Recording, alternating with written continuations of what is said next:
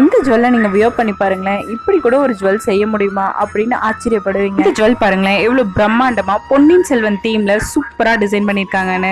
பொன்னியின் செல்வன் மூவில ஒரு பீகாக் படகு வரும் பாத்தீங்களா, சேம் அதே மாதிரி பேட்டர்ன்ல பீகாக் படகுல சேம் அதே தீம்ல அந்த படகை ஒரு உமன் ஓட்டுற மாதிரியும் ராஜா உட்கார்ந்து இருக்க மாதிரியும் சூப்பரா டிசைன் பண்ணிருக்காங்க.